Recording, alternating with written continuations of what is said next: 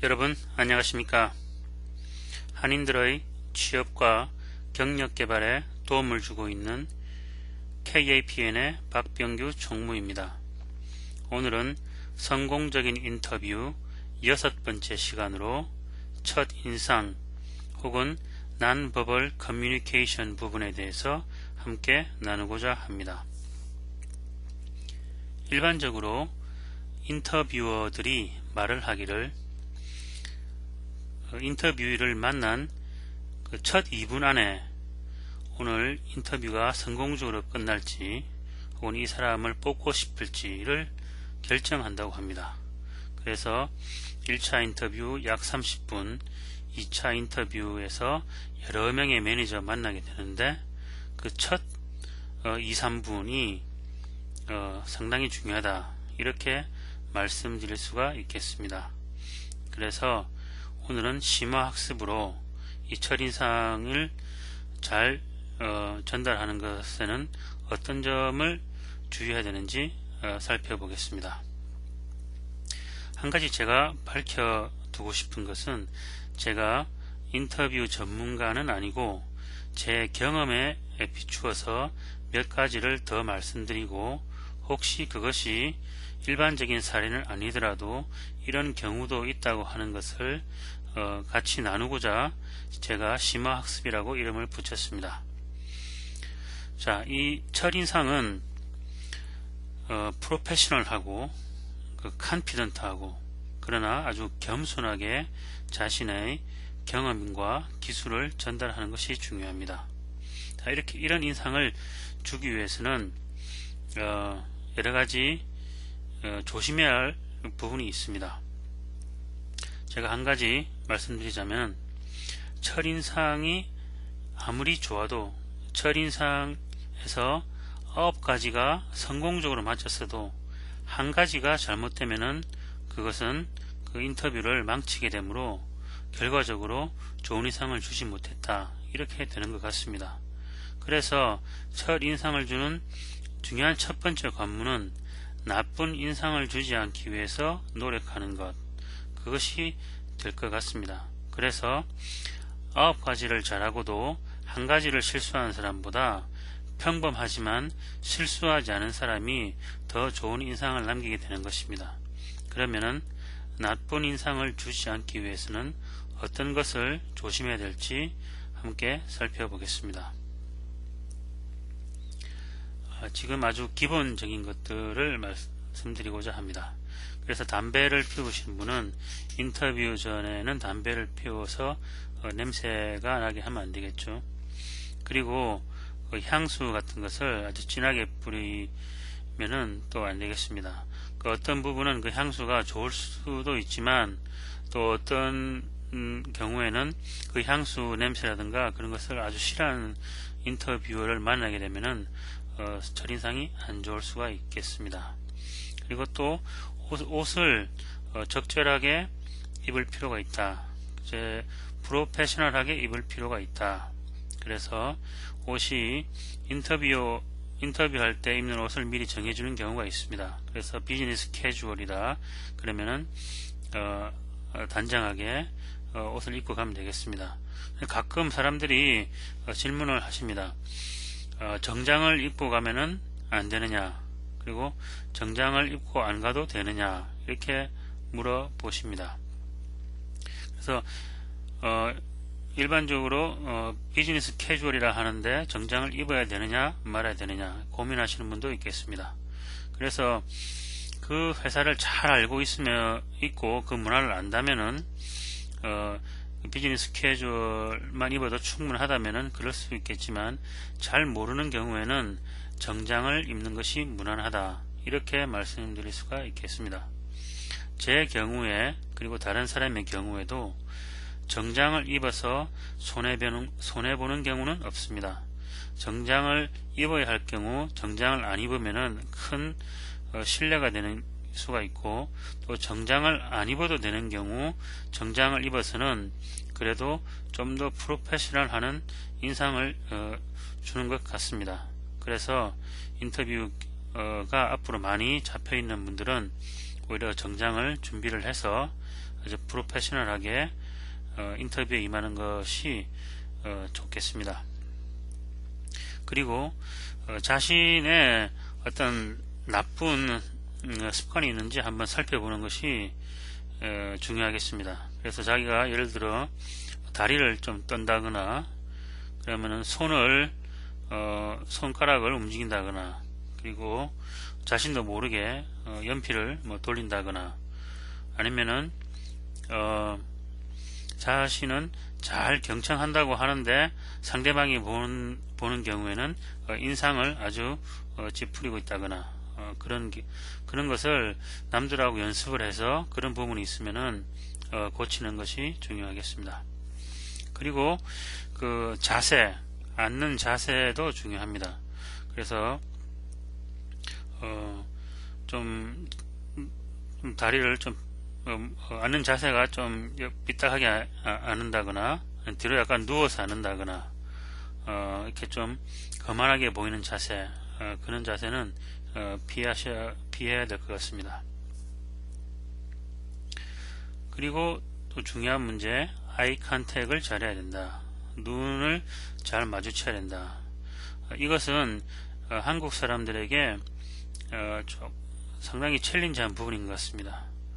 그래서 여기 본인도 저도 MBA 과정에서 인터뷰할 경우 많은 시행착오를 겪었지만 아이 컨택트가 잘 안 되는 때를 많이 경험했습니다. 그리고 현재 입사해서 몇 년이 지났지만 또 가끔 아주 높은 사람을 만나면은 아이 컨택트를 가끔 못하는 자신을 발견하게 됩니다. 그래서 저도 인터뷰를 하러 사람을 뽑으러 갔을 때 아이 컨택을 상당히 중요하게 봅니다. 그래서 이 아이 컨택을 하는 연습을 하시면 좋을 것 같습니다. 그래서 이 아이 컨택을 할 때 잘 안 되시는 분들은 이게 눈을 아주 잘 마주쳐야 되는데 아주 이렇게 째려봐야 되는지 정면으로 응시하고 있어야 되는지 눈 가운데를 봐야 되는지 그게 익숙하지 않기 때문에 약간 불편하게 느끼실 수 있을 것입니다. 아이 컨택을 하면서 이런 마음을 가지신다면은 좀 자연스러운 아이 컨택이 되지 않을까 싶습니다. 이 아이 컨택을 하는 것은 상대방이 말을 할 때 잘 듣고 있다, 내가 잘 경청하고 있다, 그 말등을 잘 알아듣겠다, 이런 마음으로 그 상대방의 눈을 쳐다보면은 그렇게 잘 경청하는 눈으로 보게 됩니다.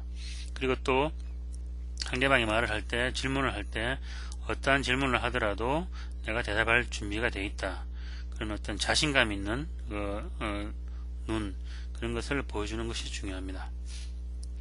그래서 또 아이 컨택의 첫 번째는 눈이 서로 마주치는 것입니다.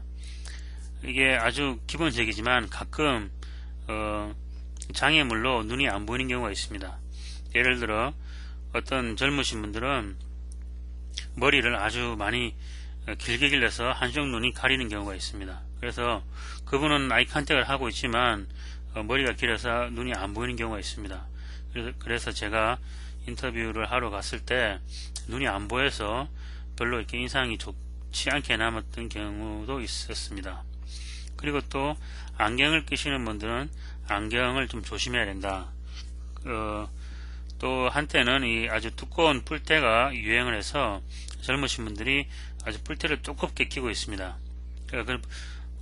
두꺼운 안경을 끼더라도 정확하게 고개를 들고 보시면 되는데 약간 고개를 숙여서 있는 경우 이 안경에 가려서 눈이 안 보이는 경우가 있습니다. 그래서 제가 인터뷰를 할 때 눈이 안 보이는 관계로 좋은 인상을 가지지 못하는 경우도 있었습니다. 그래서 본인은 그 인터뷰를 한 사람은 인터뷰를 아주 잘했다고 생각하실지 모르겠지만 아주 사소한 문제, 안경에 가려서 눈이 안 보이는 문제로 인상을 좋게 주지 못한 경우도 있었습니다. 그래서 그런 부분도 조심하시면 좋을 것 같습니다. 그리고 손 모양을 적당하게 유용하면 좋다. 그래서 설명할 때는 약간 손을 들어서 이렇게 설명하는 식으로 하면은 보다 더 자연스럽고 또 액션 있게 하면은 또 잘 의사가 전달될 것 같습니다.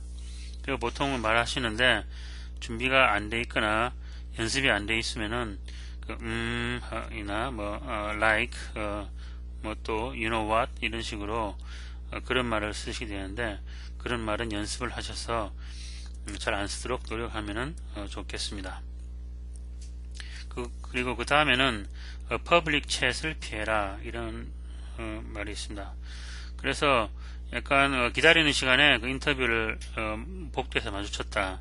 그러면은 아주 진지하게 안부 인사 이렇게는 할 수 있지만, 갑자기 미식 축구 이야기나 학교의 다른 행사 이야기나 거기에 너무 빠져들면은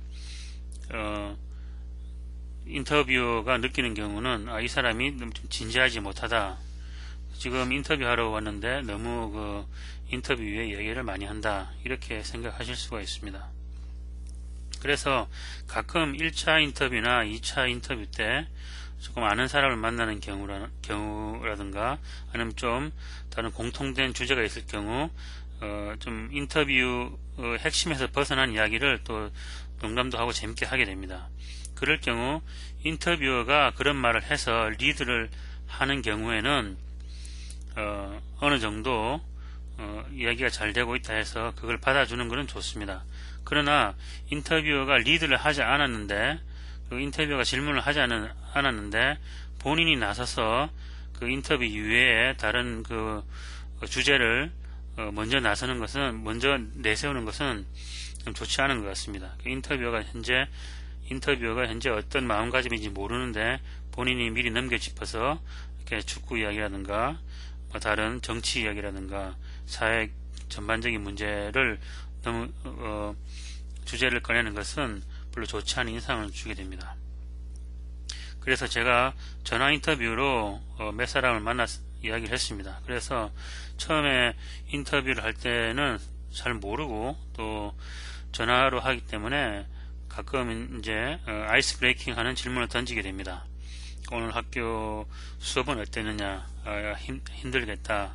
나도 옛날에 해봤는데 참 지금 힘든 시즌이다. 학교 생활은 괜찮느냐? 아니면 날씨 이야기도 많이 하죠. 그래서 북쪽 지방에는 눈이 많이 왔는데 참 어떻느냐? 그리고 더운 지방에는 참 덥겠다. 나도 옛날에 더운 지방에 살아봤는데 참 어렵더라. 이렇게 말을 하고 바로 다음으로 넘어가야 됩니다.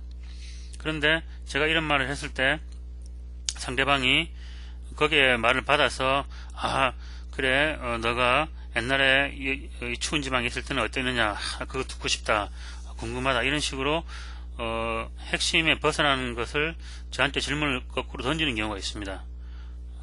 그분은 이게 스몰 톡을 하려고 하는지 모르겠지만 저는 지금 다음 관역으로 넘어가야 되는데 그런 질문을 받으면은 좀 프로페셔널하지 못하다, 이런 인상을 가지게 됩니다. 그것도 약간 조심해야 될 문제인 것 같습니다. 그리고 follow-up correspondence, 그래서 thank you letter, 감사 편지 이렇게 되겠죠. 이것은 꼭 첫인상은 아닌데 보통 인터뷰를 마치고 오늘 인터뷰 내용이 좋았고 또 많은 경험을 할 수 있었다 하고 땡큐 레터를 보내는 것은 플러스 요인이 있습니다. 그것 때문에 걸리고 안 걸리고는 아니겠지만 만약에 뽑을까 하고 고민하고 있는데 그런 레터를 받으면은 플러스 요인은 되는 것 같습니다. 그래서 쓰지 않는 것보다는 쓰는 것이 낫다. 아마 그 정장을 입는 것하고 비슷한 것 같습니다. 정장을 입어서 걸리는 건 아니지만 정장을 입었을 때는 좋은 인상을 준다. 땡큐 레터도 마찬가지로 땡큐 레터를 썼을 때는 좋은 인상을 준다. 이렇게 말씀드릴 수가 있겠습니다. 이상으로 좋은 인상을 주기 위하여 혹은 나쁜 인상을 주지 않기 위하여 고려해야 될 점 몇 가지를 제 경험에 비추어서 한번 나누어 보았습니다. 다음 시간에는 또 심화학습 시간으로 가장 중요한 질문, Tell me about yourself. 먼저 간단한 아이스 브레이킹이 끝나고 나면은 이런 질문을 하게 됩니다. 그래서 이런 질문 유형에는 어떤 것들이 있고 보통 어떤 식으로 대답하면 무난한가에 대해서 한번 같이 공유해 보도록 하겠습니다. 여러분 수고 많으셨습니다. 안녕히 계십시오.